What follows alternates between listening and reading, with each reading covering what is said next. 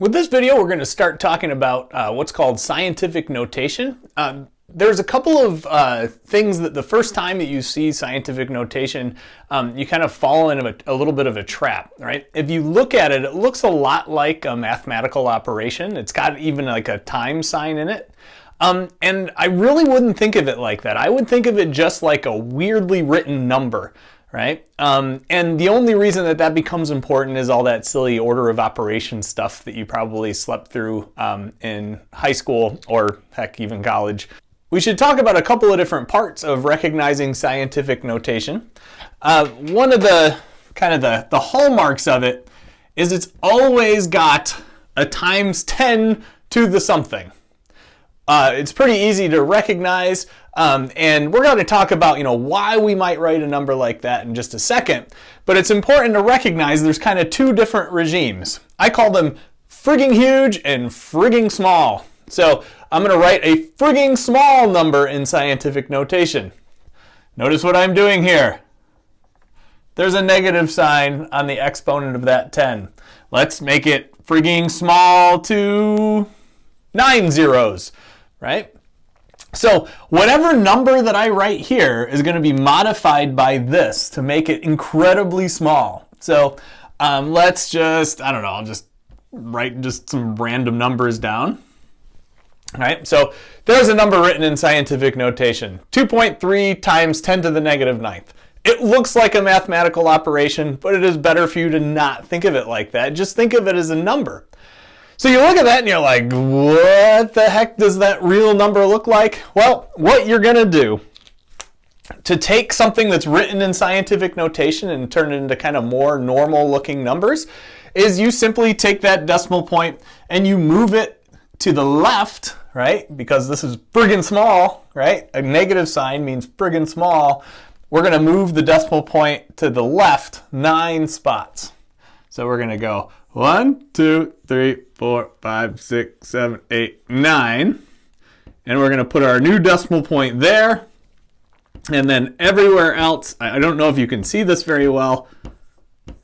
I'll rewrite it.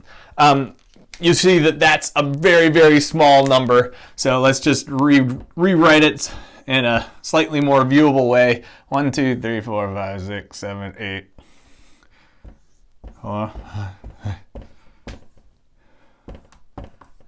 Right? There's that number. The reason why we need to write in scientific notation is almost obvious with the pain that you probably just felt watching a guy in a tie-dye shirt like draw out a bunch of zeros. You're like, oh my gosh, just stop. Well, that's why we need scientific notation, because there's so many small values and also huge values in physical science, specifically chemistry. So, we do this because it's a lot easier, right? It also helps us keep track of significant figures and stuff like that. If you're interested in that, which you probably shouldn't be, you can look that up on another YouTube channel. But the real purpose of this is to kind of make sure that it's not painful for us to write down really, really small numbers and really, really large numbers.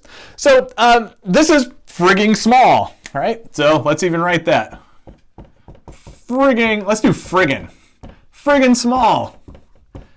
The really important thing to recognize is to get this in your head to kind of like a level where when you got friggin' small, it's associated with that negative sign right there, right? So negative, friggin' small. Guess what? Friggin' huge is with a plus sign, right? So if we wanted to, write another number, where did my eraser go? There's my eraser. Unnecessary zoom. Let's say we wanted to make a frigging huge number. Well, we would take some sort of number. We'd multiply it by 10 to the, let's make our lives a little bit easier. We'll just do 10 to the 6th, right? We're millionifying our answer here. So, I don't know, 8.2, for instance. Well, what does this mean? A positive, right, is friggin' huge. Huge. And the reason that I do this kind of friggin' small and friggin' huge, because sometimes students get kind of confused as to like which way to move the decimal point, and it's just a lot easier if you kind of just keep in mind, okay, if I'm looking at a really, really small number, I need a negative, right? And if I'm looking at a huge number, it better be associated with a positive number. So this guy, not surprisingly, we're going to move this decimal point 6 places to the left, sorry, to the right. So 1, and then 2, 3, 4, 5. 1, 2, 3, 4, 5, 6.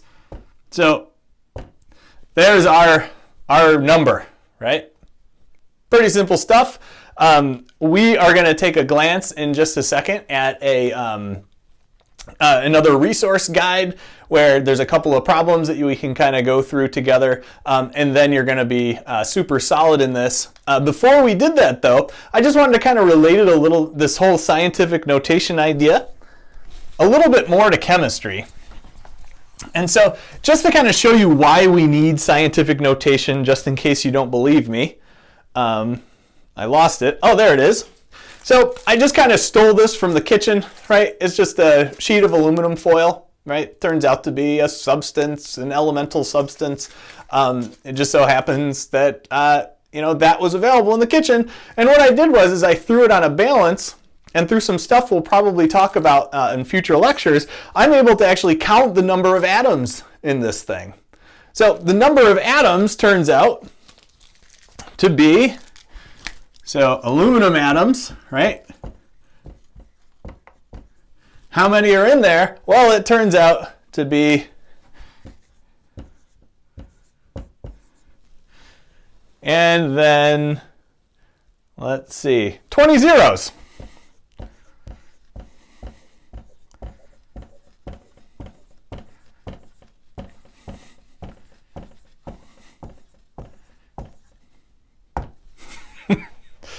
Right? That sucks. All right? So it's scientific notation. Instead of writing it like that, we're going to write it as 8.56 times 10 to however many times I had to move that decimal point over, 22. You don't get much more friggin' huge than times 10 to the 22nd. And, like if you look back at other lectures, I should probably put AL atoms because you always need units. That'll become important. AL units. What the heck are you doing, man? AL, aluminum atoms. If you want to see an example of a friggin' small number, like for instance, the mass of a proton or something like that in grams, right? Well, mass of a proton in grams is somewhere around this, right? Friggin' small. Why do I know that it's friggin' small? Because it's got a negative sign there. Okay. So bear with me here. We're going to take a look at that worksheet, and I'll just kind of go through a couple of examples of these, and hopefully you'll feel good about it.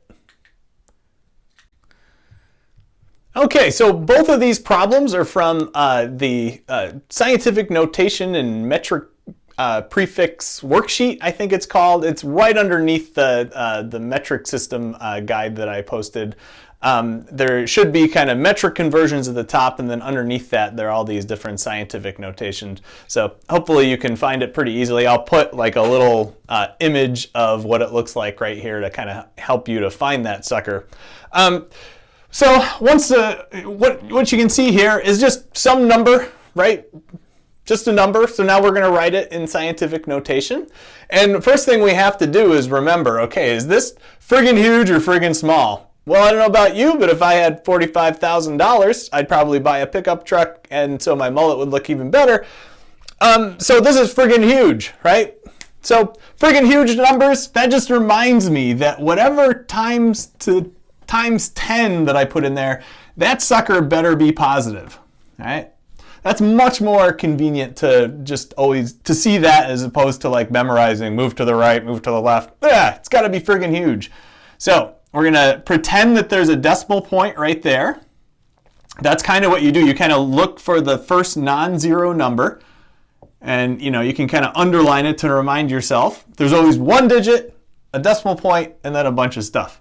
So 4.57 is how you would write that. 4.57 times 10 to the, well, if I had a decimal point there, 1, 2, 3, 4. So hopefully that makes sense to people, right? Friggin' huge, positive, looks good. Every once in a while you might kind of lose a zero somewhere, no big deal, right? This guy, friggin' small. Well, I remember that whatever I do here, it better be to a negative exponent.